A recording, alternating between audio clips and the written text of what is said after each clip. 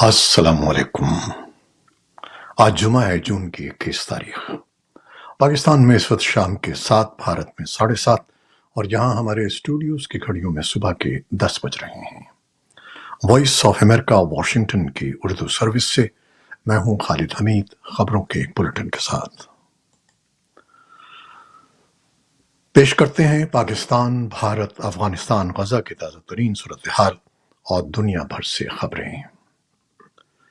پاکستان کی بڑی سیاسی جماعتوں نے جمعے کو چین پاکستان اقتصادی راہداری یعنی سی پیک کے دوسرے مرحلے کی حمایت کا اعلان کیا ہے۔ یہ اتفاق رائے چین کے کمیونسٹ پارٹی کی مرکزی کمیٹی کے اہم رکن اور وزیر لیو جان چاؤ کے 3 روزہ دورے کے دوران پاک چین دوستی کے مشاورتی میکانزم کے تیسرے اجلاس میں کیا گیا۔ اجلاس سے خطاب کرتے ہوئے وزیر خارجہ اسحاق ڈار نے کہا کہ سی پیک دونوں ملکوں کے درمیان تعاون کا نیا ویژن ہے۔ منصوبے کے دوسرے مرحلے سے پاک چین دوستی مزید مضبوط ہوگی۔ چینی وزیر لیو جان چاؤ نے کہا کہ ترقی کے لیے اندرونی استحکام ضروری ہے۔ انہوں نے کہا کہ سرمایہ کاری کے لیے سیکیورٹی صورتحال کو بہتر بنانا ہوگا۔ انہوں نے کہا کہ پاکستانیوں کی سی پیک کی حمایت کو سراہتے ہوئے ہم پاکستان اور چین ترقی کی نئی راہوں پر گامزن ہوں گے۔ پاکستان کے ایک تھنک ٹینک کی رپورٹ کے مطابق حالیہ عرصے میں پاکستان کے امریکہ کے ساتھ تعلقات میں بہتری آئی ہے، تاہم بھارت کے ساتھ اسٹریٹجک شراکت داری کے باعث مستقبل قریب میں اسلام آباد کے واشنگٹن تعلقات میں ماضی جیسی گرمجوشی کے امکانات دکھائی نہیں دیتے۔ صنوبر انسٹی ٹیوٹ کی قومی سلامتی اور خارجہ پالیسی کی رپورٹ میں تجویز کیا گیا ہے کہ اسلام آباد کو نریندر مودی کی طرف مذاکرات کے لیے پہل نہیں کرنی چاہیے، تاہم اگر وزیر اعظم منتخب ہونے کے بعد نریندر مودی پرامن تعلقات کی خواہش کا اظہار کرتے ہیں تو پاکستان کو مثبت جواب دینا چاہیے۔ رپورٹ کے اجرا کی تقریب سے اپنے خطاب میں وزیر دفاع خواجہ آصف نے کہا کہ چین کے ساتھ ہمارے تعلقات ابھی بھی ہماری خارجہ پالیسی کا ایک روشن پہلو ہیں۔ تفصیل کے لیے وزٹ کیجیے ہماری ویب سائٹ urduvoa.com پر۔ پاکستان کے صوبے خیبر پختونخوا کے ضلع سوات کے قصبے مدین میں گزشتہ روز توہین مذہب کے الزام میں ہجوم کے ہاتھوں قتل کے واقعے کا اب تک مقدمہ درج نہیں ہو سکا ہے، تاہم پولیس نے واقعے کی تحقیقات شروع کرنے کا دعویٰ کیا ہے۔